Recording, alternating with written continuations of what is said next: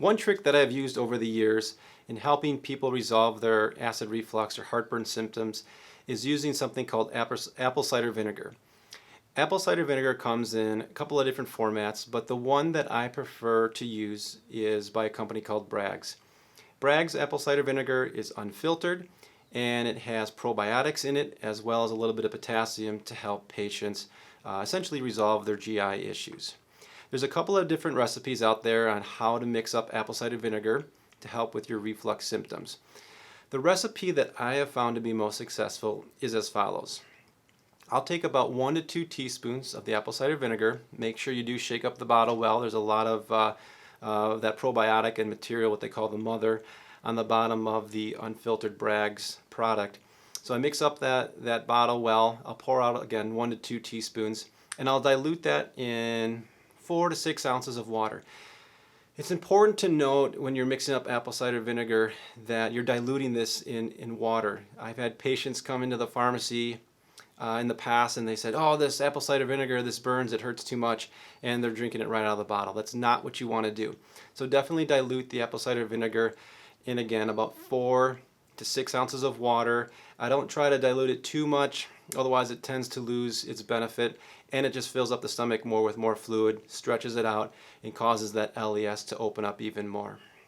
So 1 to 2 teaspoons, 4 to 6 ounces of water. I'll mix that up, and I'll drink that if I'm having, I'd say, mild symptoms. Now if you're having severe symptoms, this typically doesn't work, but for someone that's having real mild symptoms, the apple cider vinegar trick is something worth trying.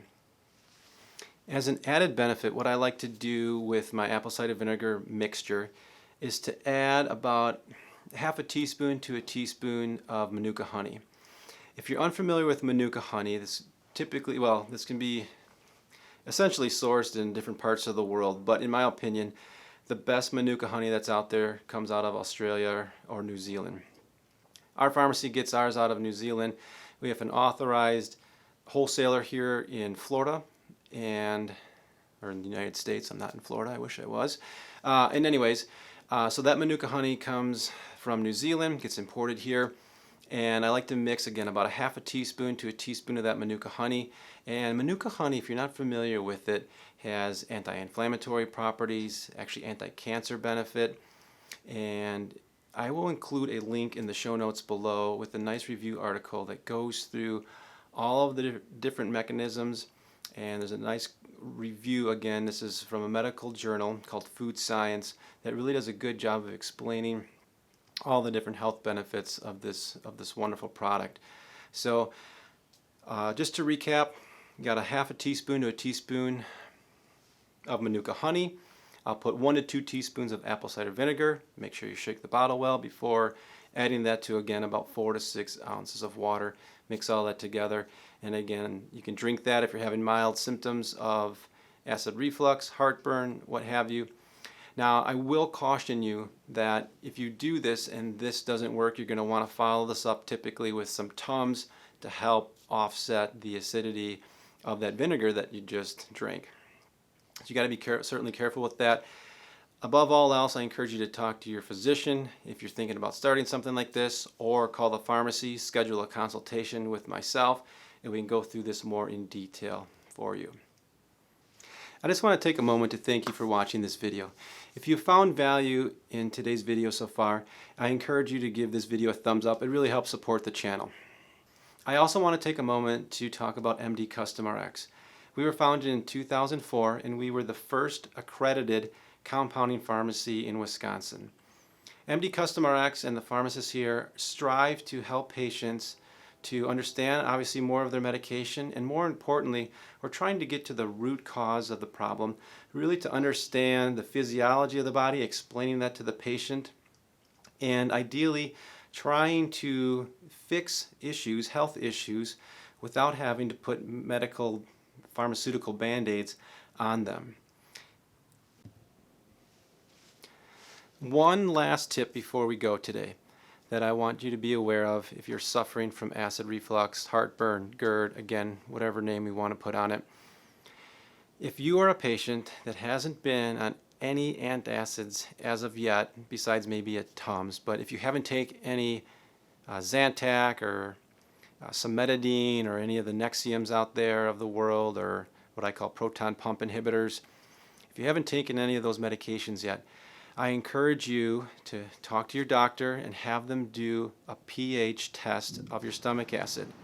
In my opinion, most patients that are suffering from heartburn, acid reflux issues, they typically are producing not enough stomach acid. It seems counterintuitive, I know, but most of the patients that I have consulted with that have gotten this test done, they are actually producing either the right amount or not enough. So I encourage you again, talk to your physician about getting a pH test done of your stomach acid.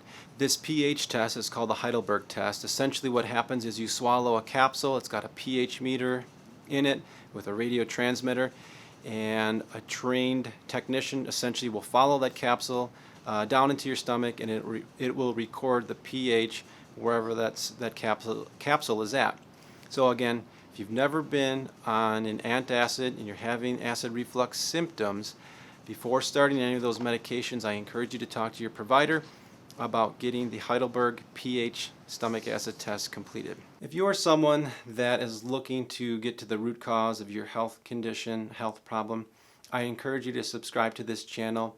We are trying to make more of an effort on a weekly basis to get more information out on health topics and really trying to get to the bottom of them and solving those problems rather than putting pharmaceutical band-aids on them. So when it comes to acid reflux, heartburn, GERD, whatever you want to call it, there are a lot of medications out there that can certainly help with those symptoms.